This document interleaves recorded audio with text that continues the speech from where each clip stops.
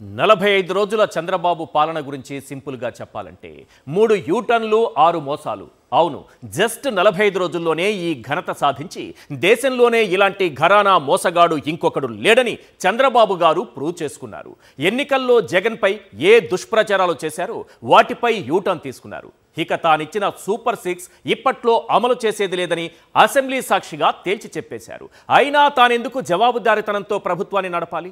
ఎన్నికల్లో పోలైన ఓట్లకు లెక్కించిన ఓట్లకు మధ్య 49 లక్షల అదనపు ఓట్లు ఉండగా తానెందుకు ఇచ్చిన హామీలను నిలబెట్టుకోవాలి? పైగా రోతపత్రాలు ఉన్నాయిగా, వాటిలో అబద్ధాలు నింపేసి లేనిపోని ఆరోపణలు జగన్పైకి తోసేసి ఎల్లో మీడియాలో ప్రచారం చేసేసి 5 ఏళ్లు హాయిగా అధికారాన్ని అనుభవించవచ్చు. ఓట్లేసినందుకు ప్రజలు కూడా అనుభవించాల్సిందేలే.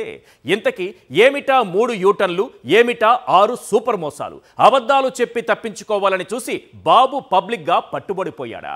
75 ఏళ్ల వయసులోనూ ప్రజల్ని మోసం చేయాలనే ఆలోచన బాబుకు ఎలా వచ్చింది? తేల్చేద్దాం గన్ షాట్గా.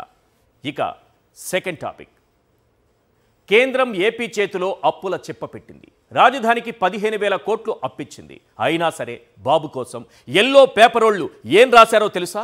ఒకడేమో ఏపీ హ్యాపీ అని రాశాడు, ఇంకొకడేమో రాజధానికి రాజసం అంటాడు. ఎక్కడో ఆఖరి పేజీలో ఓ మూల ఎవరికీ కనిపించినంత సైజులో రాజధానికి ఇచ్చింది రుణమే, అయినా భారం కాదు అంటాడు.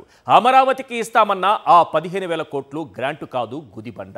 ఈ నిజం తెలిసినా స్వయంగా నిర్మలమ్మే ప్రకటించినా అది అప్పు కాదు, సాయమే అన్నట్లుగా కవరింగ్ ఇస్తున్నారు. బీహార్కు కేటాయింపులు చేసి ఏపీ చేతిలో అప్పుల చిప్ప పెట్టినా నిలదీసేవాడు ఒక్కడూ లేడు. పైగా కేంద్రమేదో వరాల జల్లు కురిపించినట్లుగా తప్పుడు వార్తలు రాస్తున్నారు, తప్పుదోవ పట్టిస్తున్నారు. ఇంతకీ ఏ కేసులకు భయపడి రాష్ట్ర ప్రయోజనాలు తాకట్టు పెట్టారు? ఏపీ ప్రజల చెవుల్లో కమలం పూలు పెట్టినా ఎందుకు నోరు మెదపడం లేదు? జీవనాడికి 0 కేటాయింపులు, రైల్వే జోన్కు మళ్లీ మొండి చెయ్యి. అసలు ఇవేం కేటాయింపులు? తేల్చేద్దాం గన్ షాట్గా.